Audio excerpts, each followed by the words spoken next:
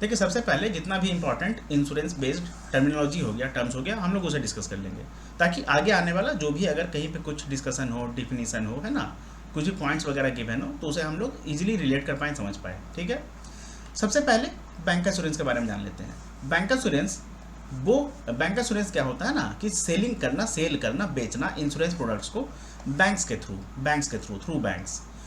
Bank और insurance company के बीच में टाई अप होता है, पार्टनरशिप होता है, डील होता है कि बैंक क्या करेगा ना, सेल करेगा, बेचेगा इंश्योरेंस कंपनी के, जिस भी इंश्योरेंस कंपनी के साथ उसका टाई अप हुआ है, पार्टनरशिप हुआ है, ठीक है ना, उसके इंश्योरेंस प्रोडक्ट्स को अपने क्लाइंट्स को बेचेगा। किसके क्लाइंट्स को? बैंक के क्लाइंट्स को बेचेगा इंश्योरेंस प्रोडक्ट्स, इंश्योरेंस कंपनी वाला, है ना। अब क्लाइंट्स का मतलब क्या है? जो अकाउंट होल्डर्स हो गए, चाहे वो एग्जिस्टिंग हो या चाहे वो जो न्यूली ऐड होंगे, ठीक है ना, मतलब कि न्यू जो ज्वाइन होंगे, ठीक है, मतलब कि कह सकते हैं कि जो नए लोग उस बैंक के साथ जुड़ेंगे, कनेक्ट होंगे, उसमें अपना अकाउंट वगैरह खुलाएंगे, ठीक है। या इसे हम लोग सिंपली कस्टमर भी कह सकते हैं। बैंक अपने कस्टमर को किसी एक XYZ कंपनी के साथ जब वो पार्टनरशिप करता है इंश्योरेंस प्रोडक्ट को बेचने के लिए, तो वो इंश्योरेंस प्रोडक्ट उसी XYZ कंपनी का वो इंश्योरेंस प्रोडक्ट अपने अकाउंट होल्डर से कस्टमर को सेल करता है, ठीक है। उसे ही बैंक इंश्योरेंस कहते हैं, उस पार्टनरशिप को ही बैंक इंश्योरेंस कहते हैं, ठीक है। एक्चुअली क्या होता है, जो भी आपका इंश्योरेंस से रिलेटेड जितना भी प्रीमियम हो गया, कैलकुलेशंस हो गया, कि आपका मैच्योरिटी पीरियड वगैरह मान लेते हैं कितना होगा, उसके अकॉर्डिंग आपको जो प्रीमियम वगैरह पे करना पड़ेगा। प्रीमियम बोलने का मतलब फीस होता है, ठीक है ना। इंश्योरेंस के एवज में, इंश्योरेंस के लिए आप लोगों को जो भी टर्म के अकॉर्डिंग फी देना पड़ता है, चार्जेस देना पड़ता है ना, वही क्या होता है, उसे ही हम लोग प्रीमियम कहते हैं, ठीक है। तो एक्चुअली मतलब वही बंदा होता है जो ये सब हिसाब किताब करके आप लोगों को बताता है कि हाँ कितना प्रीमियम होगा आप लोगों को पर मंथ या 15 डेज पे, या क्वार्टरली या हाफ ईयरली या एनुअली आप लोगों को कितना प्रीमियम जो है वो कितना अमाउंट के लिए पे करना होगा, ठीक है ना, कितना परसेंट उसका आप लोगों को चार्ज होगा प्रीमियम के तौर पे, प्रीमियम के रूप में, ठीक है ना, या एज प्रीमियम। तो ये जो एक्चुअली होता है ना, ये एक्सपर्ट होता है इकोनॉमिक्स के मामले में, इकोनॉमिक्स का जो फील्ड हो गया उसके बारे में, या सिंपली कह सकते हैं कि सब विषय में इसका, विषय मतलब सब्जेक्ट में इसका मास्टरी होता है, तभी ना तुरंत जोड़ घटाव करके पूरा एकदम फटाक से कैलकुलेटर वगैरह निकाल के वो बता देता है, ठीक है। कुछ लोग तो मतलब विदाउट कैलकुलेटर भी बता देता है, बिकॉज इतना ज़्यादा एक्सपीरियंस रहता है, ठीक है ना। स्टैटिस्टिक्स वगैरह भी, स्टैटिस्टिक्स जो हो गया, और उसके बाद जो आपका स्टैटिस्टिक्स को सांख्यिकी बोलते हैं, है ना, और मैथमेटिक्स हो गया आपका, ठीक है, गणित, उसमें बहुत ही ज़्यादा वो एक्सपर्ट होता है, ठीक है ना, महारती होता है। Who help in risk assessment, risk वगैरह भी जितना आप लोगों को कैसे क्या होगा उसके बारे में भी आप लोगों को एसेस कर देते, बता देता है, मूल्यांकन करके बता देता है, ठीक है ना। एंड एस्टिमेशन बोलने का मतलब बता देता है कि हाँ लगभग आप लोगों का इतना लगेगा, या इतना estimation of premiums etcetera for an insurance business, ठीक है। एक्चुअरियल साइंस क्या होता है? एक्चुअरियल साइंस उस चीज़ को कहते हैं, उस डिसिप्लिन बोलने का मतलब यहाँ पे कह सकते हैं कि डिसिप्लिन बोलने का मतलब यहाँ पे आ गया फील्ड, ठीक है ना, that applies mathematical and statistical method to assess risk in insurance. Insurance से जुड़ा हुआ जितना भी रिस्क वगैरह होता है उस चीज़ को एसेस करने के लिए, एनालाइज करने के लिए, समझने के लिए, है ना, जो स्टडी होता है या जो फील्ड होता है उसके बारे में ही जो बताता है उसे ही एक्चुअरियल साइंस कहते हैं, ठीक है। अच्छा, ये सिर्फ ये फाइनेंस, अदर इंडस्ट्रीज और प्रोफेशंस किसी भी चीज़ से रिलेटेड हो सकता है ना, ये सिर्फ इंश्योरेंस बेस्ड नहीं होता है, ठीक ना। अच्छा, टीपीए क्या होता है? थर्ड पार्टी एडमिनिस्ट्रेटर, जिसे शॉर्ट में टीपीए बोलते हैं। ये एक तरीके का स्पेशलाइज्ड बंदा होता है जो हेल्थ सर्विस प्रोवाइड करता है, ठीक है ना। रेंडर बोलने का मतलब प्रोवाइड करना, various services related to health insurance, स्वास्थ्य बीमा से रिलेटेड, स्वास्थ्य बीमा से जुड़ा हुआ जितना भी अलग अलग भिन्न भिन्न प्रकार का, डिफरेंट टाइप्स का जितना भी कह सकते हैं कि बेसिक फैसिलिटीज़ से लेके आपका कुछ एडवांस लेवल तक का फैसिलिटीज़ वगैरह या सेटलमेंट वगैरह करवाना, हॉस्पिटल में ट्रीटमेंट करवाना, उसके बाद आपका पूरा का पूरा क्लेम प्रोसेसिंग करवाना, आपका सेटलमेंट करवाना मनी का, जो भी हो गया। अगर आप हेल्थ पॉलिसी वगैरह लिए हुए तो हेल्थ क्लेम अगर आपका मतलब उसके अकॉर्डिंग आप लोग क्लेम कर पाएंगे तो, ठीक है ना। तो वो जो काम करता है वो आपका टीपीए करता है, थर्ड पार्टी एडमिनिस्ट्रेटर। अच्छा, दिस सर्विसेज इंक्लूड, ये जो सर्विसेज हो गया इसमें आपका हॉस्पिटल्स जहाँ भी आप लोगों का वो उस कंपनी, जिस कंपनी का आप लिए हुए हैं हेल्थ इंश्योरेंस, उसका जहाँ भी पार्टनरशिप होगा, उसके साथ जहाँ भी टाइप होगा, वहाँ पर आप लोगों का नेटवर्क वगैरह के बारे में ये सब सर्विस आपको पता चल जाएगा। क्लेम प्रोसेस कर देता है और सेटलमेंट वगैरह कर देता है, ठीक है। इससे क्या होता है ना कि इंश्योर्ड और इंश्योरर दोनों को फायदा होता है, ठीक है। इंश्योर्ड कौन होता है? जो व्यक्ति इंश्योरेंस को अपने नाम पे लेता है, ठीक है, उसे इंश्योर्ड कहते हैं। जिसके नाम पे पॉलिसी हो, कौन सा पॉलिसी? इंश्योरेंस पॉलिसी, ठीक है। बीमा जिस व्यक्ति के नाम पे हो, बीमा मतलब इंश्योरेंस, वो क्या हो गया? इंश्योर्ड हो गया। और इंश्योरर बोलने का मतलब इंश्योरेंस कंपनी, वो इंश्योरेंस कंपनी जो बीमा सेल कर रहा है, बीमा बेच रहा है, इंश्योरेंस जो है वो प्रोवाइड कर रहा है, इंश्योरेंस पॉलिसी सेल कर रहा है, ठीक है। किसको? इंश्योरर को, सॉरी इंश्योर्ड को, है ना, बीमा धारक को। इंश्योरर मतलब इंश्योरेंस देने वाला, प्रोवाइड करने वाला। इससे क्या होता है ना कि जो टीपीए है इसके हेल्प से क्या हो जाता है कि जो भी इंश्योरर और इंश्योर्ड है दोनों को लाभ होता है, फायदा होता है। इंश्योर्ड जो है उसको इस तरीके से फायदा होता है कि उसका जो भी हॉस्पिटलाइजेशन वगैरह का जो होता है ना, चार्जेस वगैरह, वो कैशलेस हो जाता है। बोलने का मतलब उसको कुछ पे वगैरह नहीं करना पड़ता है, बिकॉज उसने ऑलरेडी किसी भी कंपनी का जो इंश्योरेंस, हेल्थ इंश्योरेंस है वो ले रखा है, उसका प्लान वगैरह उसने इनरोल करा रखा है। तो इस कंडीशन में क्या होता है कि उसको थोड़ा सा हेल्प हो जाता है। वो सारा का सारा जो है ना वो डॉक्यूमेंट पर्पज से ही, डॉक्यूमेंट बेसिस पे ही वो सारा का सारा वो जो क्लेम है वो हो जाता है। अब कौन करवा देता है? टीपीए करवा देता है, ठीक है। अब उसके बाद इसका कैशलेस ट्रीटमेंट वगैरह भी हो जाता है with the help of TPS, ठीक है ना। बिकॉज इसका हॉस्पिटलाइजेशन वगैरह में या पूरा का पूरा ट्रीटमेंट प्रोसेस में हॉस्पिटल जाने से लेकर वापस आने तक कुछ भी इसको पे नहीं करना पड़ता है। क्यों? क्योंकि इसने हेल्थ इंश्योरेंस प्लान ले रखा है, ठीक है ना। अच्छा, अब इंश्योरर को कैसे बेनिफिट होता है, कैसे फायदा, कैसे लाभ होता है, मुनाफा कैसे होता है? तो इसमें क्या होता है ना कि जो भी टीपीए है वो जहाँ पर भी उसका इलाज वगैरह होता है, जिस भी हॉस्पिटल में ट्रीटमेंट होता है, उस हॉस्पिटल वाले को क्या बोलता है कि देखो मेरे यहाँ से कितना ज़्यादा, मतलब कितने ऐसे क्लाइंट हैं जो मतलब कि या पॉलिसी होल्डर हैं जो मेरे यहाँ से मतलब पॉलिसी को ले रखे हैं, है ना, और वो आपके यहाँ आते हैं ट्रीटमेंट करवाने के लिए। तो इस कंडीशन में क्या करो ना कि तुम थोड़ा सा मतलब हमको डिस्काउंट दे दो, ऑफ दे दो। क्यों? हम तुम्हारा सर्विस बढ़ा रहे हैं ना। क्यों? अगर मान लेते हैं कि आप किसी का धंधा में अगर फ़ायदा दिलाएंगे तो जाहिर सी बात है कि वो आपको थोड़ा सा कमीशन या थोड़ा सा आपको डिस्काउंट दे सकता है, ऑफ दे सकता है, ऑफर दे सकता है ना। तो वही काम क्या करता है कि वो टीपीए करवाता है। किसके साथ? जो भी हॉस्पिटल है जहाँ पे भी ट्रीटमेंट वगैरह हुआ है पॉलिसी होल्डर का, उसके पास उसका, ठीक है ना। नेगोशिएट करता है, मोल भाव करता है कि हाँ चलो थोड़ा सा कम कर दो यार, 4 पेशेंट दिए थे ना जी, कम कर दो, ठीक है। अब उसके बाद क्या होता है कि इसमें आपका जो इंश्योरर है इसको फायदा हो जाता है। बिकॉज इंश्योरर बोलने का मतलब जो उस इंश्योर्ड व्यक्ति के लिए, इंश्योर्ड पर्सन के लिए जितना भी उसे ट्रीटमेंट के लिए लगने वाला, जितना भी ट्रीटमेंट के लिए इनकर्ड होने वाला, बियर होने वाला चार्जेस है वो तो पे करना होता। अब वो उसको अगर मान लेते हैं कि बिल बना है 5,000 का, अब उसको 5,000 की जगह अगर 1,000 छोड़ देता है, 1,000 ऑफ कर देता है, तो 4,000 देना पड़ेगा, तो 1,000 का फायदा हो गया ना, ठीक है। तो यही यहाँ पे इंश्योरर को फायदा हो जाता है ना। चलिए देखते हैं मॉर्टेलिटी चार्ज क्या होता है। It is the amount charged every year by the insurer to provide life cover to the policy holder on the life of life assured। देखिए जो भी लाइफ इंश्योरेंस लेते हैं उनके लाइफ को इंश्योर करने के लिए जो इंश्योरर होता है, जो प्लान मतलब जो चार्ज लेता है ना, अमाउंट जो मतलब चार्ज करता है, ठीक है ना, तो उसे ही क्या कहा जाता है? मॉर्टेलिटी चार्ज, ठीक है ना। लाइफ को कवर देने के लिए, लाइफ को प्रोटेक्ट करने के लिए, लाइफ प्रोटेक्शन के लिए, ठीक है ना, जीवन को संरक्षण करने के लिए, ठीक है ना, उसे ही मॉर्टेलिटी चार्ज कहा जाता है, ठीक है। अच्छा, it is also called the cost of insurance. Insurance का जो रकम है, इंश्योरेंस का जो कॉस्ट है ना, इंश्योरेंस का जो राशि है, इंश्योरेंस का जो प्राइस है, उसे ही मॉर्टेलिटी चार्ज भी हम लोग कहते हैं, ठीक है, कॉस्ट ऑफ इंश्योरेंस। आगे देखते हैं अगला। मैच्योरिटी डेट क्या हो जाता है? मैच्योरिटी डेट बोलने का मतलब जब आपका प्रिंसिपल और इंटरेस्ट एसोसिएटेड होता है डेट सिक्योरिटी के साथ, वो आपको रिपे कर दिया जाता है, ठीक है ना, to the holders in its entirely.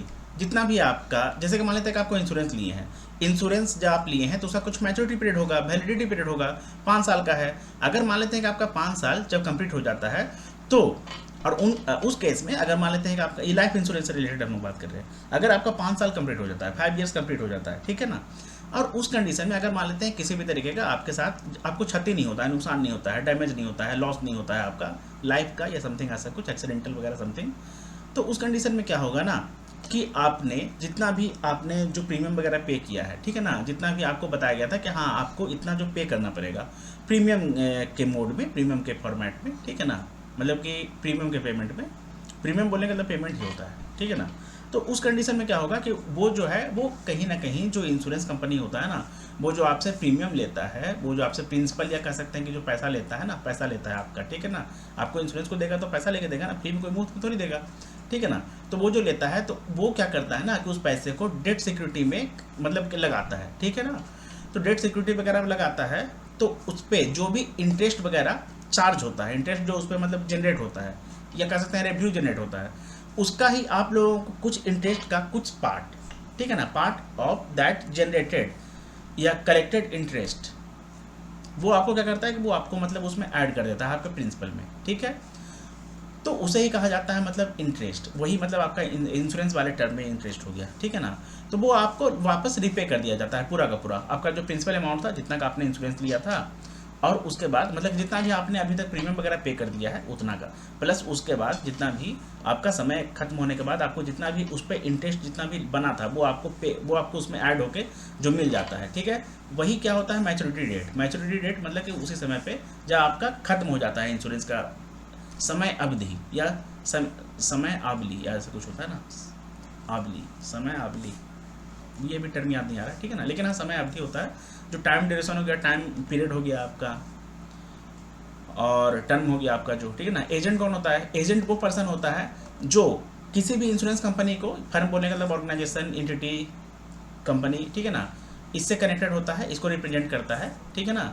और ये सेल करता है इंश्योरेंस पॉलिसीज को उस कंपनी के बिहाफ में, ठीक है ना।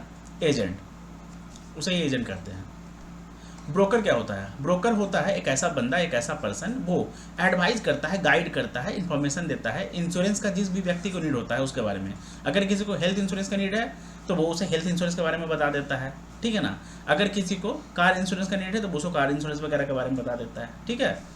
और वो क्या करता है ना कि नेगोशिएट करता है इंश्योरेंस कॉन्ट्रैक्ट के लिए, negotiates insurance contract on their behalf. किसके बिहाफ में? जिसको वो जानकारी देता है कि हाँ ठीक है तुमको जरूरत है कार इंश्योरेंस का, एक काम करते हैं, देखो कार इंश्योरेंस के लिए तुमको मतलब इतना पैसा पहले देना पड़ेगा, तुम्हारा जो मतलब इस पे चार्जेस वगैरह आएगा वो मतलब तुमको इतना आएगा, ठीक है ना। जो भी प्रीमियम वगैरह बनेगा उसके लिए इतना बनेगा, इतना समय के लिए रहेगा।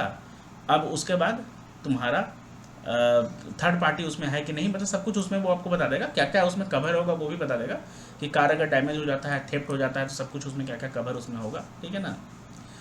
अब उसके बाद वो क्या करता है ना कि उसको थोड़ा सा नेगोशिएट भी करता है उसके बिहाफ में कि हाँ चलो ठीक है हम तुमको दिलवा रहे हैं काम करना, हम तुम्हारे लिए थोड़ा सा मतलब कम वगैरह करवा के दिलवा देते हैं, ठीक है ना। और विथ इंश्योरेंस मतलब इंश्योरेंस के साथ, जिसका भी वो प्लान लेना चाहता है इंश्योरेंस का, वो उसके साथ नेगोशिएट करता है। किसके बिहाफ में? उस पर्सन के बिहाफ में जिसको अपना इंश्योरेंस करवाना है, ठीक है ना। अब इंश्योरेंस का जानकारी कौन दिया? ब्रोकर दिया, और ब्रोकर ही नेगोशिएट कर रहा है उसके बिहाफ में, मोल भाव कर रहा है। किससे? इंश्योरर से, जिस कंपनी का इंश्योरेंस लेना है। रिटर्न फॉर अ फी और कमीशन, वो क्या बोलता है कि ठीक है काम करो, हम तुम्हारा 1000 रुपये कम करवा देंगे, तुम हमको 200 रुपये दे देना, ठीक है ना। 800 रुपये का किसको फायदा हुआ? इंश्योर्ड को। बोलने का मतलब जो बंदा इंश्योरेंस लेगा, ठीक है ना। एन्युटी क्या होता है? एन्युटी एक ऐसा तरह का पॉलिसी होता है जिसमें इंश्योरेंस कंपनी जो है वो एक्सेप्ट करता है और ग्रो करता है फंड को, पैसा को मतलब वो एक्सेप्ट करके ग्रो करता है, बढ़ाता है, इंक्रीज करता है ना, उस पर मतलब कमाता है। एंड अपन एनोटाइजेशन का जो अवधि है, जो समय है, कंप्लीट अगर हो जाता है ना, ठीक है। एन्युटी जो पॉलिसी है अगर उसका समय कंप्लीट हो जाता है, टाइम पीरियड अगर कंप्लीट हो जाता है, तो वो क्या करता है ना, वो एक तरीके से सोर्स बन जाता है, स्रोत बन जाता है पेमेंट का या इनकम का, ठीक है ना। वही जो पैसा है वो आपको मतलब मिलते रहता है। अब एक बात और, जो पैसा आप मतलब पे करते हैं उस इंश्योरेंस कंपनी को एन्युटी पॉलिसी के लिए, ठीक है ना, वो लमसम भी हो सकता है, मतलब एक हाथ से आप दे सकते हैं, एक बार में दे सकते हैं, या क्या हो सकता है कि वो नंबर ऑफ पेमेंट्स हो सकता है। नंबर ऑफ पेमेंट्स मतलब कि कह सकते हैं कि इंस्टॉलमेंट के तौर पे, है ना। अब प्रीमियम क्या होता है? प्रीमियम सिर्फ इतना होता है कि जो आप लोग इंश्योरेंस लेते हैं उसके बदले में जो आपको पे करना पड़ता है, जो आपको चार्जेस लगता है, जो आपको कॉस्ट लगता है, जो आपको प्राइस देना पड़ता है, वही है premium. Price for insurance, insurance का जो प्राइस है, जो कीमत है, वही क्या है? प्रीमियम है। देखिए, pricing refers to the process of calculating the rate of the premium that will be charge on the insurance policy. Insurance policy का जितना भी आपका चार्ज बनेगा वो उसका जो प्राइस है वही प्रीमियम है, ठीक है। अच्छा, प्रीमियम वगैरह कैलकुलेट कैसे होता है? ये अराइविंग एट द रेट जो है, कीमत है, जो दर है, कैसे कैलकुलेट होता है? कैसे इस बात पे पहुंचा जाता है कि हाँ भैया आपको 100 रुपये महीना देना पड़ेगा, या 1000 रुपया 3 महीना में देना पड़ेगा, 5000 रुपये आपको हर 6 महीने पे देना पड़ेगा, ठीक है। कैसे पता चलता है? ये काम है एक्चुअरी का, है ना। एक्चुअरी वो बंदा है जो आप लोगों को इंश्योरेंस से रिलेटेड सारा किताब बताता है। वो उसके पास एक्सपर्टीज रहता है, एक्चुअरी के पास एक्सपर्टीज रहता है इकोनॉमिक्स के फील्ड में, है ना, या in field of economics, statistics and mathematics, ठीक है। और वो एसेस करता है रिस्क को, वो सब कुछ बताता है। ठीक है ना, कि कितना आपको प्रीमियम वगैरह एंड इवन अगर और कुछ चार्जेस वगैरह है तो वो आपको पे करना पड़ेगा, ठीक है। अच्छा, ये जो आपका policy holder can pay the premium in number of veg, अलग अलग तरीके से वो अलग अलग प्रकार से दे सकते हैं, है ना, in number of ways, in different ways. Single premium plan एक ही बार में दे देंगे।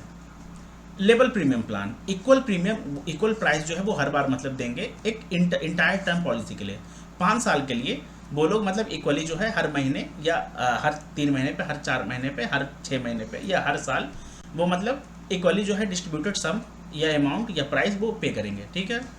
फ्लेक्सिबल, अब फ्लेक्सिबल बोलने का मतलब जब उनके पास पैसा है वो तब दे देंगे, है ना, जब उनके पास उनको मन हो जाए कि हाँ मेरे पास पैसा है, क्या पता कल हम खर्चा कर दे, कल उधर घूमने चल जाए तो क्या पता मतलब मेरा ख़राब हो जाए या मतलब पैसा मेरा मतलब खत्म हो जाए समथिंग, अगला महीना हमको फिर से इंश्योरेंस का देना पड़ेगा, चलो आज है क्यों ना आज ही दे दिया जाए, ठीक है ना। ये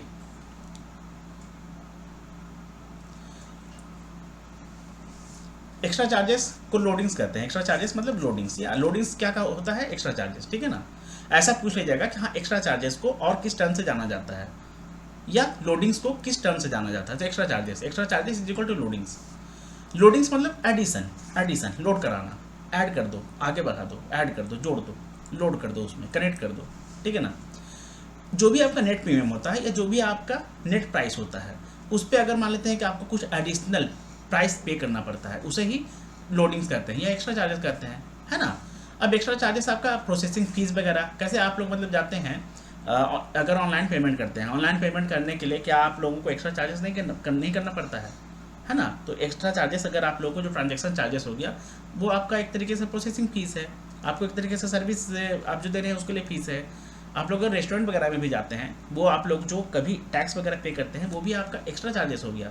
एक्स्ट्रा चार्जेस इक्वल टू वो भी लोडिंग्स ही है, टैक्स भी कहीं ना कहीं एक तरीके से हम लोग उसको लोडिंग्स में ही काउंट करेंगे, ठीक है ना। जो आपका नेट प्राइस लगा है, नेट आपका जो अमाउंट हुआ है जितना भी किसी भी चीज़ के लिए, उस पर आपको जो एक्स्ट्रा पे करना पड़ रहा है वो आपका लोडिंग्स है या एक्स्ट्रा चार्जेस, ठीक है ना। तो इंश्योरेंस के टर्म में भी वही है।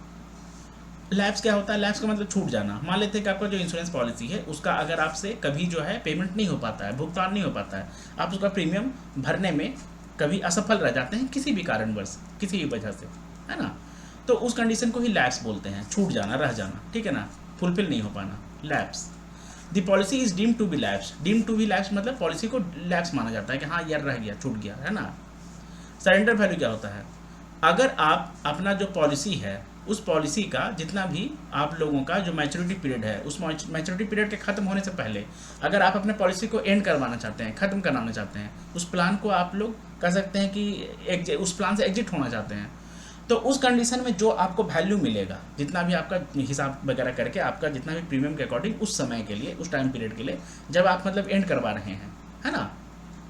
मान लेते हैं कि अगर आपका 20 साल का पॉलिसी है, 20 साल का पॉलिसी है, अब हो चुका है अभी हमारा 10 साल, हम चाहते हैं कि हाँ 10 साल है, हमको किसी भी तरीके से अर्जेंट अगर मान लेते हैं कि नीड है पैसा का, तो हम चाहते हैं कि हाँ चलो हमको भाई मेरा पैसा दे दो, ठीक है ना। क्यों, अभी मेरे पास इतना नहीं बन सकता है कि हाँ हम तुमको मतलब और हम तुमको पे करते रहें आगे प्रीमियम के तौर पे, हम उसका मतलब इस्तेमाल कर लेंगे बिकॉज अर्जेंसी है हमको, किसका मतलब कि नीड मनी है, कैश का, पैसा का, ठीक है ना।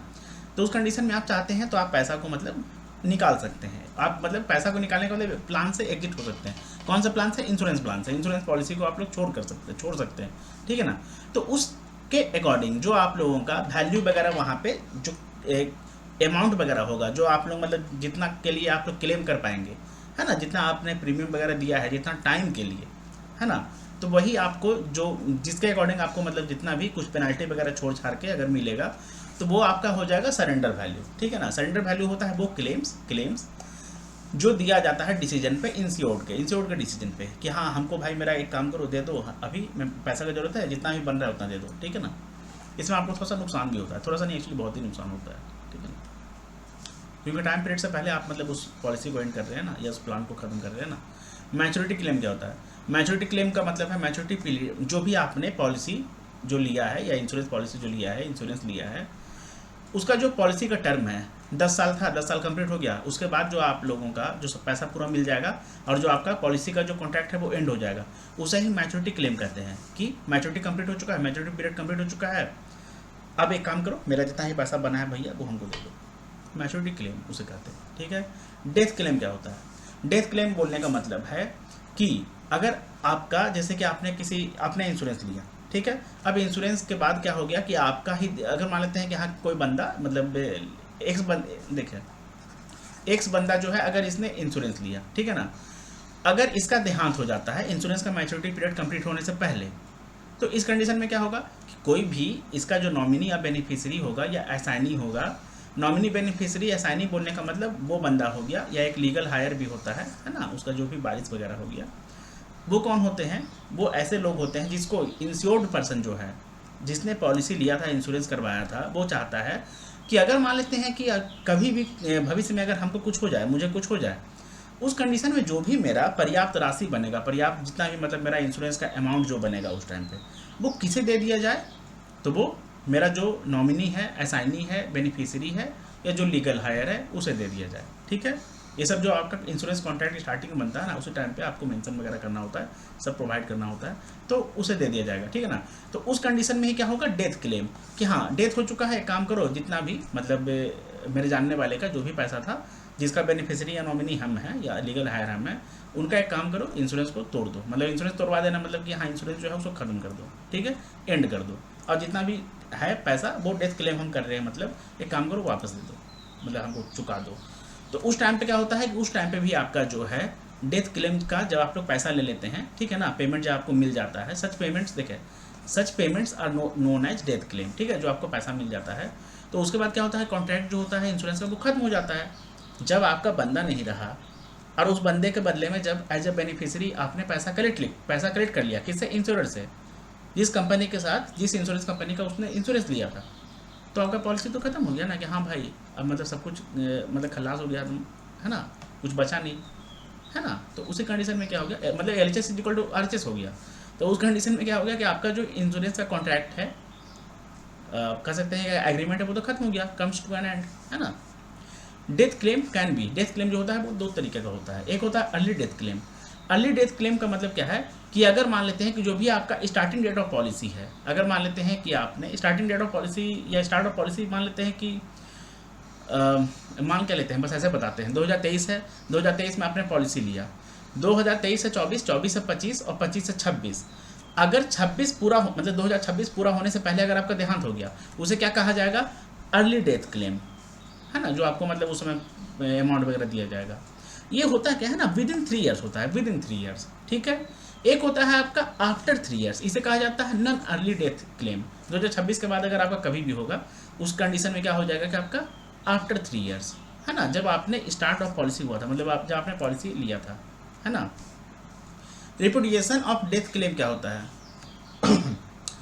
रिपुडिएशन ऑफ डेथ क्लेम का मतलब क्या है कि if it is detected by insured that the proposer had made any incorrect statements और had suppressed material facts relevant to policy, the contract becomes void, all benefits under the policy are forfeited. देखिए, अगर मान लेते हैं कि कोई proposer है, proposer बोलने का मतलब कोई इंश्योर्ड बंदा है, प्रपोजर बोलने का मतलब आप लोग समझिएगा, जो बंदा प्रीमियम को पे करता है, जो पॉलिसी के इंश्योरेंस के प्राइस को पे करता है, वो प्रपोजर होता है।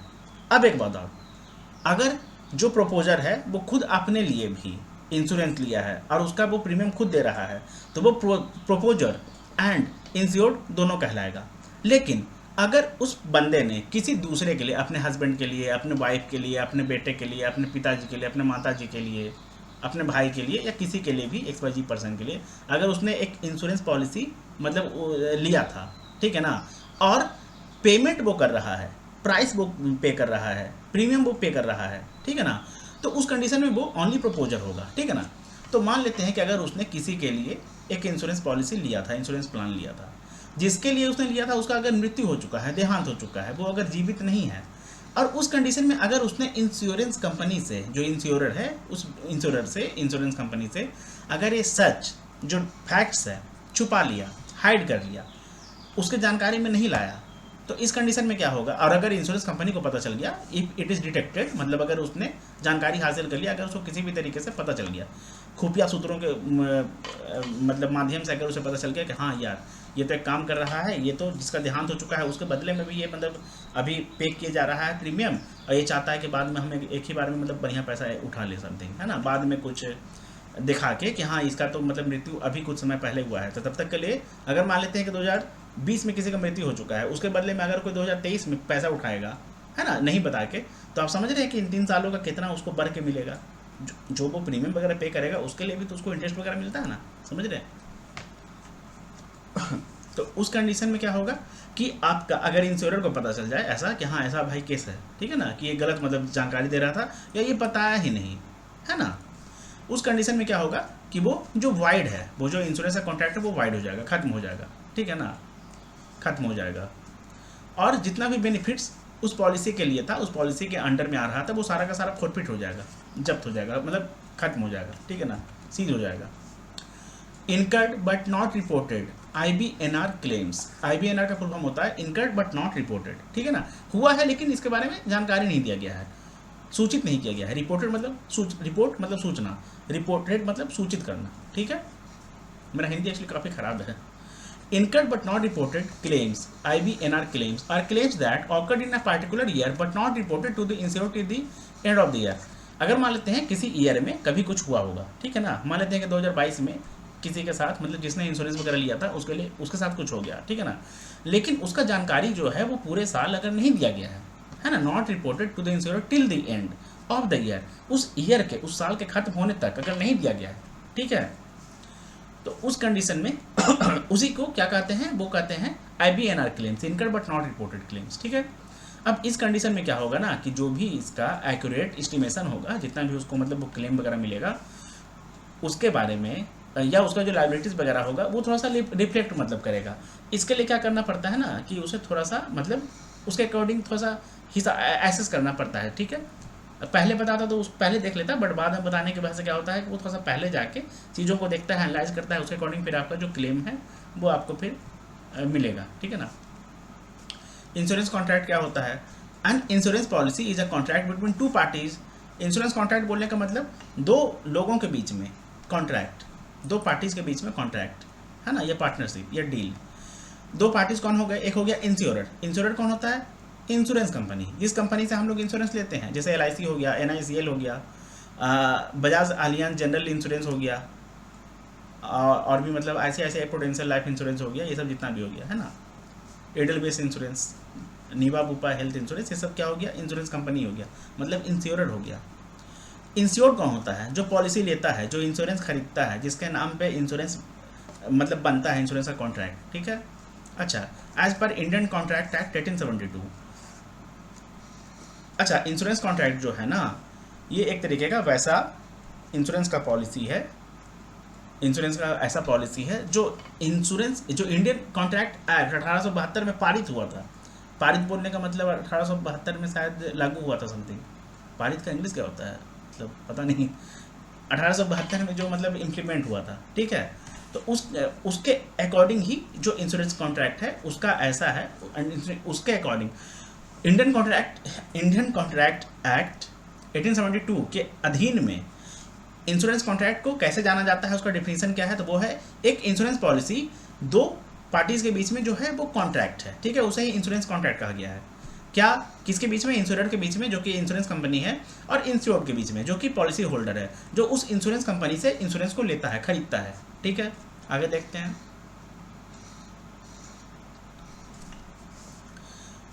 पॉलिसी इन फोर्स, देखिए यहाँ पे डैश होगा, मतलब स्पेस होगा ना। In force means a policy is currently active and providing insurance. देखिए, पॉलिसी इन फोर्स बोलने का मतलब वो पॉलिसी जो अभी बिल्कुल चल रहा है, एक्टिव है, active policy equal to policy in force, बिल्कुल मतलब कि वो एक्टिव है, चल रहा है ना, रनिंग कंडीशन में है। अच्छा, providing insurance coverage in return for premiums and premiums paid. जो भी मतलब देखिए, अब कोई भी पॉलिसी अगर एक्टिव है तो उसके लिए प्रीमियम वगैरह पे करना पड़ेगा, है ना, तो उसके बदले में क्या देगा? प्रीमियम के बदले में वो इंश्योरेंस का कवरेज देगा। अगर मान लेते हैं कि आप इंश्योरेंस का पॉलिसी लिए हैं तो इंश्योरेंस का आपको जो प्रोटेक्शन देगा, जो भी उसके अंदर में आने वाला आपको बेनिफिट्स है, एक्सटर्नल या एक्स्ट्रा बेनिफिट्स वगैरह है, एडिशनल बेनिफिट्स है, सब कुछ का आप लाभ उठा सकेंगे। क्यों? क्योंकि वो आपका पॉलिसी जो है वो बिल्कुल एक्टिव है, उसके लिए आप प्रीमियम जो है वो टाइमली दे रहे हैं, ठीक है ना। Paid as agreed during contract, मतलब कॉन्ट्रैक्ट जब हुआ था तब उसके अकॉर्डिंग आप लोग जितना भी सहमति दिखाए थे कि हाँ ठीक है, मतलब एग्री हुए थे कि हाँ 100 रुपये पर महीना हम दे देंगे, चलो जाओ, ठीक है ना। 100 रुपये के हिसाब से आपको जितना भी बनता है वो सुरक्षा वगैरह है समथिंग, वो आपको मतलब मिल जाएगा, ठीक है ना। If a policy holder has been paying their insurance premium as per the contract and has paid all the premiums in full, then it's called in force policy। मतलब कि अगर मान लेते हैं कि आपने कोई भी पॉलिसी लिया है, उसका अगर आप लोगों ने टाइमली मतलब कि समय के अनुसार अगर आप लोगों ने जितना भी प्रीमियम है वो दिया है ना, पूरा मतलब इन फुल बोलने का जितना प्रीमियम बनता है वो कंप्लीट आपने दिया है ना पूरा, तो उसे क्या कहा जाएगा, पॉलिसी इन फोर्स या इन फोर्स पॉलिसी। अच्छा, when the policy is in force the policy holder is entitled to the policies benefits. Simple सा बात है, जब हम पे कर रहे हैं, जिस चीज़ के लिए हम पे कर रहे हैं, तो उसके लिए हम मतलब कहीं ना कहीं इंटाइटल्ड होंगे ना भाई। बस सिंपल सा, क्या मतलब ये सब छोटा मोटा चीज़ है। कंसिडरेशन क्या होता है, देखिए, premium is the amount of money considered या consideration that has, premium is the amount of money or consideration that has to be paid in exchange for the insurance when a person requesting insurance agrees to the terms offered by the insurer and pays the premium. The contract is complete and the risk commences. At this stage an insurance policy is issued by the insurer। देखिए, consideration बोलने का मतलब वो premium का, premium is the amount of money और consideration, जो consideration है वो प्रीमियम ही है।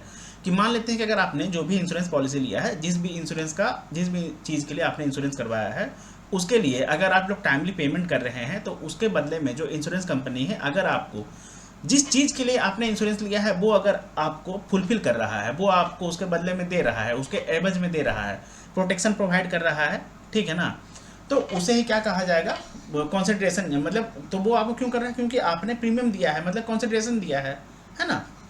कंसिडरेशन मतलब सिंपल सा बात क्या है, सहमति, कि हाँ चलो ठीक है, आपने बोला था कि हाँ हर महीना इतना दे दो, तो हम तुमको मतलब ये जो है वो सर्विस दे देंगे, मतलब इंश्योरेंस का जो पॉलिसी है वो मतलब दे देंगे, ठीक है ना, हम तुम्हारा मतलब प्रोटेक्शन वगैरह दे देंगे, ठीक है, या इस टाइम के लिए ये 5 वर्षों के लिए हम तुम्हारा मतलब रक्षा करेंगे, ठीक है ना, 5 वर्षों के लिए हम तुम्हारा हेल्थ इंश्योरेंस का जितना भी अगर प्रॉब्लम होता है, जितना भी अमाउंट वगैरह तुम देते हो उसके अकॉर्डिंग में जितना भी हम लोग एसेस करके निकालेंगे, उसके लिए जितना भी तुम अगर प्रीमियम वगैरह दोगे तो हाँ हम तुम्हारा मतलब भुगतान कर देंगे, ठीक है, वही हो गया, मतलब कंसिडरेशन एक्चुअली वही हो गया, ठीक है ना। और इस कंडीशन में क्या होता है, एट दिस स्टेज, ऐसे अवस्था में, स्टेज ऐसे समय में क्या होता है, इंश्योरेंस पॉलिसी जो है वो इशू किया जाता है, किसके द्वारा, इंश्योरर के द्वारा। अब इंश्योरेंस से हम ले रहे हैं तो इंश्योरेंस कंपनी ही जो या इंश्योरर है वही ना हमको इंश्योरेंस पॉलिसी इशू करके देगा, किसको देगा, इंश्योर्ड को, ठीक है। पूलिंग क्या होता है, देखिए, the insurance industry works on the concept of pooling. People who are exposed to, यहाँ पे स्पेस होगा, exposed to similar risk are brought together. The members in the group agree that if any one of them suffers a loss, or the group members will share the loss and compensate the person who suffered the loss। देखिए simple सा बात क्या है ना, pooling एक तरीके का ऐसा कह सकते हैं कि विधि है या स्टेप है, या क्या बोलेंगे उसे,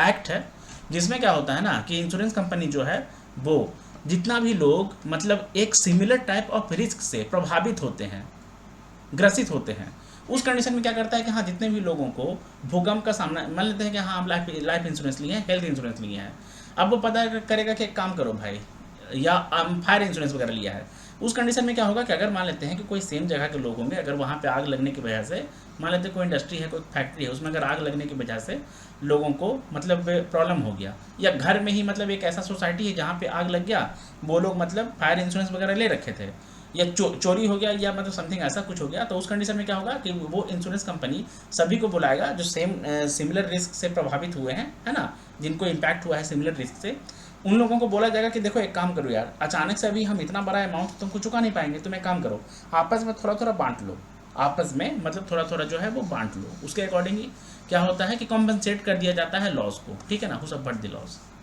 मतलब बस इसका सिंपल सा मतलब इतना ही समझिए, if any of them suffers, मतलब कि अच्छा अब एक बताओ, अचानक से सब लोग तो ऐसा नहीं है कि हाँ आग से अगर उनको नुकसान पहुंच गया या समथिंग कुछ हो गया, कुछ को होगा ना, तो उसमें क्या बोला जाता है कि हाँ चलो अगर जिसको भी ज़्यादा नुकसान नहीं आया वो एक काम करो, अपना थोड़ा सा कॉम्पनसेट कर दो, किसको कर दो, जिसको ज़्यादा नुकसान हुआ, ठीक है।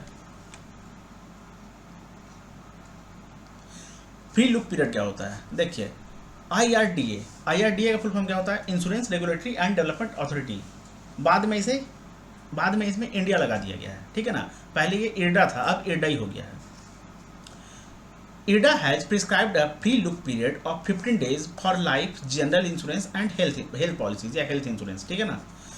एज पर दी स्टिपुलेशन, इरडा ने मतलब ऐसा प्रिस्क्राइब किया है, बताया है कि 15 दिनों के लिए क्या होगा ना, एक फ्री लुक पीरियड होगा। फ्री लुक पीरियड, फ्री में मतलब देखा जाएगा, फ्री लुक पीरियड, ठीक है ना, बस निगरानी किया जाएगा, नज़र रखा जाएगा। किस चीज़ के लिए? लाइफ जनरल इंश्योरेंस और हेल्थ इंश्योरेंस के लिए, हेल्थ पॉलिसी के लिए, ठीक है। एज पर the stipulation, if a policyholder is not satisfied with the product, he can opt to return the same to the insurance company within a period of 15 days from the date of receipt of the document। Simple सा बात क्या है, free look period बोलने का मतलब 15 दिनों के लिए तुम सर्विस को लो, 15 दिनों के अंदर अगर तुम सेटिस्फाइड नहीं होते हो मेरे सर्विस से, ठीक है ना, या अगर तुमको लगता है कि नहीं तुमको इस इंश्योरेंस का जरूरत नहीं है, इस पॉलिसी का नीड नहीं है, तो तुम रिटर्न कर देना, ठीक है। ये जो नियम है ये किसने बताया है, इस नियम के बारे में किसने मतलब प्रिस्क्राइब किया है? इरडा ने किया है, ठीक है ना। काफ़ी अच्छा नियम है वैसे, ठीक है। देखिए, a refund of premium will be made to the insured after deduction of mortality charges for the risk cover during the free look period. देखिए, अगर मान लेते हैं कि इस 15 दिनों में अगर किसी भी तरीके का कुछ रिस्क वगैरह कवर होगा, तो उसमें क्या होगा कि जो भी मॉर्टेलिटी चार्जेस है ना, वो उसको डिडक्ट करके, उसको घटा के, है ना, उसको थोड़ा सा मतलब उसमें लेस करके, माइनस करके, जो प्रीमियम वगैरह 15 दिनों के लिए अगर कुछ भी अगर किसी ने दिया होगा, उस जिसने भी इंश्योरेंस अगर लिया है उसने दिया होगा, तो वो उसको रिटर्न कर दिया जाएगा, वापस कर दिया जाएगा, ठीक है ना। अच्छा, फ्री लुक पीरियड, अच्छा, medical examination expenses if incurred by the insured and stamp duty charges. अच्छा, अब जो आपका रिडक्शन होगा मॉर्टेलिटी चार्जेस में, वो क्या होगा आपका, जैसे कि कुछ जो मेडिकल एग्जामिनेशन एक्सपेंसेस हो गया, मेडिकल एग्जामिनेशन करने के लिए, या मेडिकल एग्जामिनेशन बोलेगा तो चेकअप वगैरह करने के लिए जो भी थोड़ा सा एक्सपेंसेस लगा था, चार्जेस लगा था, और जो स्टैम्प ड्यूटी वगैरह समथिंग लगा था, वो आपको थोड़ा सा उससे डिडक्ट हो जाएगा, ठीक है। ग्रेस पीरियड क्या होता है? A grace period is an extended period of time a policy holder is permitted for making the payment, premium payment after the due date without any interest और पेनल्टी। अगर मान लेते हैं कि बिना किसी एक्स्ट्रा चार्जेस के अगर आपको थोड़ा सा एक समय और मिल जाता है, 1 दिन, 4 दिन, 10 दिन, 15 दिन, 12 दिन, 1 साल का अगर आपको एक्स्ट्रा समय मिल जाता है, ठीक है, तो उस कंडीशन प्रीमियम पे करने के लिए कि अगर आपने प्रीमियम नहीं दिया है तो ठीक है, काम करो, हम तुमको 30 दिन और देते हैं, इस 30 दिनों के अंदर या भीतर तुम क्या करो, विद इन 30 डेज तुम क्या करो, तुम प्रीमियम को पे कर दो, तब तक हम तुमसे कोई भी एक्स्ट्रा पेनल्टी या तुम पे चार्जेस फी जो है वो नहीं फाइन करेंगे, नहीं चार्ज करेंगे, ठीक है ना। उसे ही ग्रेस पीरियड कहा जाता है, एक्स्ट्रा समय मिलना, है ना, एक्स्ट्रा टाइम मिलना फीस के पेमेंट के लिए, प्रीमियम के पेमेंट के लिए, ठीक है। अच्छा, अब उसके बाद क्या होगा, the risk will be covered without interruption. जो भी मतलब रिस्क वगैरह उसके इंश्योरेंस के अकॉर्डिंग उसको जो मिलना था ना, मतलब जो भी चीज़ है वो उसमें कुछ भी इफेक्ट नहीं होगा, कुछ भी इफेक्ट नहीं होगा, ठीक है ना। Depending on the mode of the premium, अच्छा, प्रीमियम का जो मोड है वो क्या हो सकता है, the grace period is generally 15 days for monthly mode. Monthly जो मंथली महीना है ना, उसके लिए 15 दिन का मिल जाता है कि हाँ, 1 महीना में अगर तुमको मंथली देते हो तो 15 दिन, चलो ठीक है और ले लो यार, 15 दिन के अंदर दे दो, ठीक है ना। And not less than 30 days for quarterly, half yearly and yearly mode of premium. अगर मान लेते हैं कि आप लेस दैन 30 डेज, अगर मान लेते हैं कि आप क्वार्टरली दे रहे हैं कि हाँ हर 3 महीने पे दे रहे हैं, तो आपको नॉट लेस दैन 30 डेज मतलब आपको 30 दिन या उससे थोड़ा सा अधिक मतलब मिल जाएगा, नॉट उससे लेकिन कम नहीं मिलेगा। या अगर आप हाफ ईयरली भी दे रहे हैं तो आपको नॉट लेस देन मतलब कि आपको 30 दिन या उससे अधिक थोड़ा सा मिल जाएगा, ठीक है। या ईयरली दे रहे हैं सालाना, तो उसमें भी आपको 30 दिन या उससे अधिक मिल जाएगा, ठीक है ना, या मोर देन 30 डेज, लेकिन नॉट लेस देन बोले मतलब कम नहीं। पेरिल क्या होता है? Peril is the cause of loss. किसी भी नुकसान के होने का जो कारण है, जो रीजन है, वो क्या है, वो उसे पेरिल कहते हैं, उसे पेरिल कहते हैं। Peril is the cause of loss. किसी भी लॉस के होने का जो वजह है, कारण है, वो क्या होता है, वो पेरिल होता है। Anything that causes the loss is a peril. किसी भी चीज़ की वजह से जो नुकसान होता है उसे पेरिल कहा जाता है, ठीक है। एग्जाम्पल, फायर, आग लगने की वजह से जो नुकसान हो गया, फ्लड की वजह से, बाढ़ की वजह से जो नुकसान हो गया, अर्थक्वेक, भूकंप आने की वजह से जो नुकसान हो गया, लाइटनिंग की वजह से जो हो गया, थंडर स्टॉर्म वगैरह नहीं होता है वो लाइटनिंग, मतलब जो बिजली वगैरह जो आ जाता है उसकी वजह से हो गया, बिजली का जो करते हैं वो नहीं हो जाता है, मतलब कभी कभी कुछ लाइटनिंग स्ट्राइक या समथिंग ऐसा होता है, ठीक है ना, बिजली का झटका लग गया। और लैंडस्लाइड वगैरह की वजह से, है ना, जो भूस्खलन शायद उसे कहते हैं लैंडस्लाइड को, आई थिंक हिंदी में भूस्खलन। अच्छा, एन इवेंट और incident that may cause a loss is called a peril, ठीक है। ये सब उसका एग्जाम्पल है ना। मान लेते हैं कि आपको एग्जाम्पल भी दिया रहेगा कि हाँ मतलब इनमें से दिया गया जो भी ऑप्शन है उसमें से बताना है आपको कि कौन सा जो है वो रीजन है पेरिल का।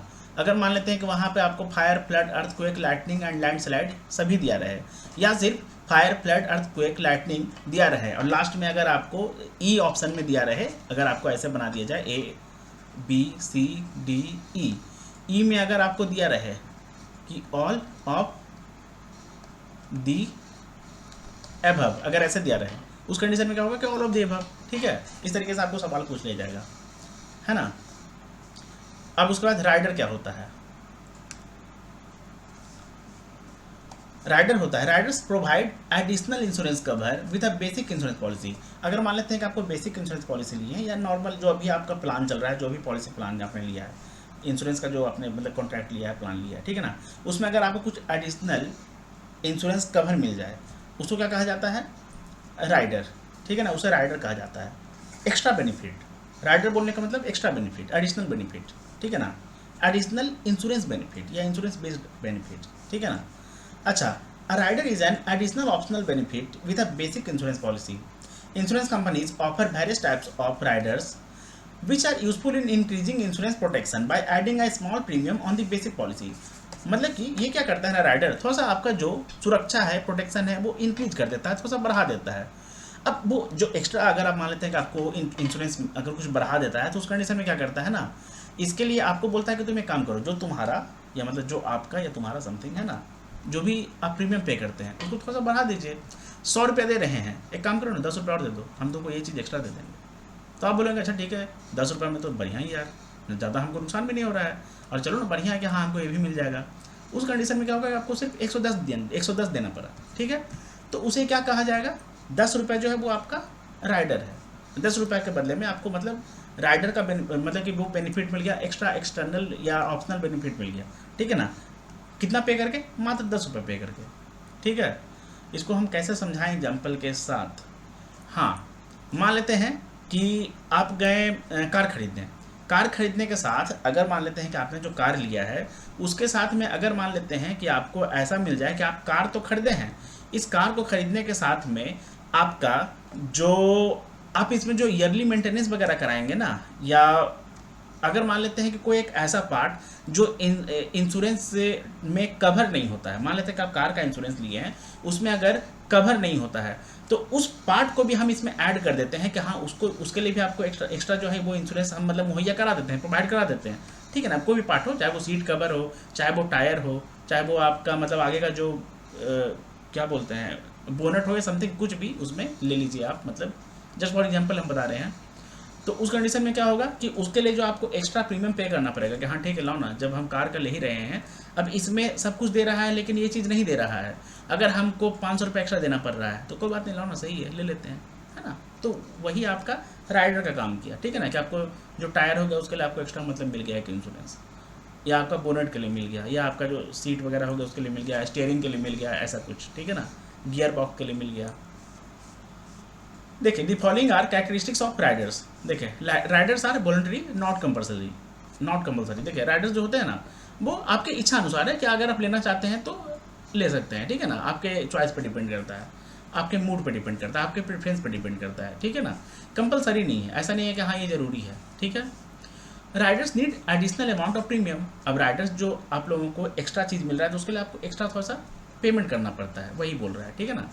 अच्छा, as in traditional policies, additional benefits are made available through riders which are optional in nature. Usually riders provide for, देखिए जो भी आपका नॉर्मल या ट्रेडिशनल या जो बेसिक पॉलिसी हो गया उसमें आपको जो एक्स्ट्रा प्रोवाइड किया जा रहा है, इंश्योरेंस प्रोटेक्शन, ये इंश्योरेंस फैसिलिटी, इंश्योरेंस बेनिफिट, वो आपका प्रोवाइड किया जाता है थ्रू राइडर्स के द्वारा, ठीक है ना।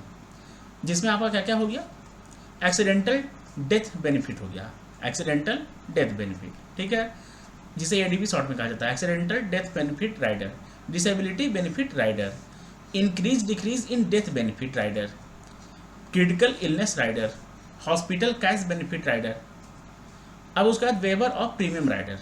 हॉस्पिटल कैश बेनिफिट राइडर का मतलब हो गया, मान लेते हैं जस्ट फॉर एग्जांपल समझ लेते हैं कि अगर आपने एक हेल्थ इंश्योरेंस ले रखा है, हेल्थ इंश्योरेंस पॉलिसी के लिए आप जो प्रीमियम वगैरह देते हैं उसमें आपको ऐसा बोला गया कि अगर आप थोड़ा सा प्रीमियम एक्स्ट्रा दे देंगे ना, तो मान लेते हैं कि हॉस्पिटल के दौरान कुछ ऐसा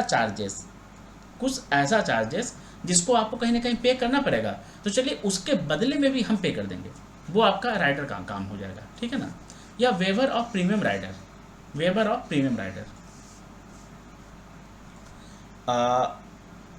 underwriter, waiver of premium writer बोलने का मतलब उसको थोड़ा सा कभी मान लेते हैं किसी के प्रीमियम को कम कर देना, कि हाँ चलो अगर मान लेते हैं कि आपको साल में 12 प्रीमियम देना है, ठीक है ना, तो एक काम करो आप मतलब 11 ही दीजिए या 10 ही दीजिए, वेव कर देना, कम कर देना, वेवर मतलब खत्म कर देना, कम कर देना, ठीक है ना, बंद कर देना। अंडरराइटर क्या होता है? Underwriter in an insurance company, an underwriter whose job is to assess the proposal and decide. Underwriter का काम क्या होता है? एसेस करना होता है प्रपोजल को और डिसाइड करना होता है, ठीक है ना। एसेस करना मतलब उसके बारे में सोच विचार करना होता है और उसके ऊपर डिसीजन लेना होता है, डिसाइड करना होता है। Whether insurance can be given not, insurance इसको देना चाहिए कि नहीं, पूरी जानकारी लेके, है ना। If given what will be the terms of the policy, अगर दिया जाएगा इंश्योरेंस तो टर्म्स ऑफ पॉलिसी क्या रहेगा। What will be the amount of premium to be charge, क्या अमाउंट जो है वो प्रीमियम का वो चार्ज किया जाएगा, ठीक है। अच्छा, charge the various options available to underwriter besides accepting और rejecting proposals are as follows. जो भी ऑप्शंस होते हैं अंडरराइटर के पास जिस पे वो डिसाइड करता है कि प्रपोजल को, जो वो मतलब इच्छा है ना कि हाँ हम इंश्योरेंस लेना चाहते हैं, उसको एक्सेप्ट करने के लिए या रिजेक्ट करने के लिए क्या क्या जो है वेरियस वो ऑप्शंस है अवेलेबल, ठीक है। तो उसके बारे में देख लेते हैं। पहला है एक्सेप्टेंस एट ऑर्डिनरी रेट, जिसे OR भी शॉर्ट में कहा जाता है, ऑर्डिनरी रेट को शॉर्ट में OR कहा जाता है, ठीक है। It is the most common decision wherein proposal is accepted at same premium as it would apply for standard lifes. अगर मान लेते हैं कि जो कॉमन डिसीजन होता है ना कि जो प्रपोजल है वो आपका सेम प्रीमियम रेट पे रखा जाएगा जो जितना स्टैंडर्ड लाइफ्स के लिए अप्लाई होता है, ठीक है। अब उसके बाद acceptance at extra rate, it involve charging extra premium for substandard lifes. अगर मान लेते हैं कि सब स्टैंडर्ड लाइफ्स वगैरह है उसके अकॉर्डिंग में अगर आपको कुछ एक्स्ट्रा वगैरह देना है तो उसके बारे में भी ये डिसाइड करेगा, ठीक है। Acceptance with lien, it is kind of hold on some assured amount. It implies if a policy is accepted under lien and if the proposer dies within the lien period, then the nominee is entitled to receive decreased sum assured. Lien is applicable normally for 1/3 per period of the total period. देखिए, मान लेते हैं कि अगर आप किसी भी चीज़, अगर मान लेते हैं कि आपने किसी चीज़ का इंश्योरेंस लिया है ना, और अगर आपने इंश्योरेंस लिया है 10 साल के लिए, अगर आपका देहांत हो जाता है तो देहांत हो जाता है ना, तो उस कंडीशन में क्या होगा कि आप वो कहीं ना कहीं एक लियन पीरियड में है। अब लियन पीरियड क्या है? लियन पीरियड बोलने का मतलब 10 साल का, आपका 10 साल के लिए वो आपका टर्म पॉलिसी है, ठीक है, 10 साल का है। 10 साल में क्या हो गया कि आप अगर अच्छा, वैसे ये जो कहा गया है ना कि 1/3 जो होता है, तो 10 साल का 1/3 पीरियड कितना हो गया? 10 साल के लिए 1/3 बोलने का 1/3 × 10 कैसे काटेंगे? नहीं काटेंगे इसको, एक काम करते हैं हम लोग 9 साल ले लेते हैं, 100 साल कैलकुलेशन के लिए 9 साल ले लेते हैं। 9 साल में क्या हो जाएगा कि अगर हम लोग 1/3 मान लेते हैं तो 9 का 1/3 3 साल, 3 साल के लिए जो है वो आपका लियन पीरियड में आप रहेंगे, है ना। तो 3 साल के अंदर अगर मान लेते हैं कि आपका देहांत हो जाएगा तो उस कंडीशन में क्या होगा कि आपका जितना भी सम एश्योर्ड रहेगा उसमें कुछ घटा के, कुछ चार्जेस वगैरह जितना भी होगा वो आपको फाइन करके, पेनाल्टी लेके, जो भी आपके लिए नॉमिनी रहेगा, आपके एवज में जो रकम उठाएगा, आपका जो इंश्योर्ड जो क्लेम है ना, वो अगर जो उठाएगा, जिसको पे किया जाएगा, उसको वो अमाउंट जो है वो डिक्रीज करके, डिडक्ट करके दिया जाएगा, ठीक है। एक्सेप्टेंस विथ रिस्ट्रिक्टिव क्लॉज, देखिए for certain kind of hazards बोलने का मतलब एक तरीके का कह सकते हैं कि नुकसान, है ना। हजार्ड बोलने का मतलब रिस्क, लॉस, मतलब इस तरीके से। और restrictive clause if applied, if tomorrow claim arises due to such clause then full sum assured is not payable. अगर मान लेते हैं कि अचानक से किसी तरीके का ऐसा कुछ हो गया सिचुएशन, क्लॉज बोलने का कुछ ऐसा अगर घटना हो गया जिसके वजह से मान लेते हैं कि अगर आपने अप्लाई किया, ठीक है ना, तो उस कंडीशन में अगर कल होके आप बोलेंगे तो जितना भी आपका क्लेम जो है वो अराइज हो रहा है उसका जो फुल सम है वो पेएबल नहीं हो पाएगा, है ना। मतलब उसमें हम पूरा नहीं दे पाएंगे, कुछ कम देंगे, ठीक है ना। इन सब बातों का वो डिसाइड करता है, ठीक है।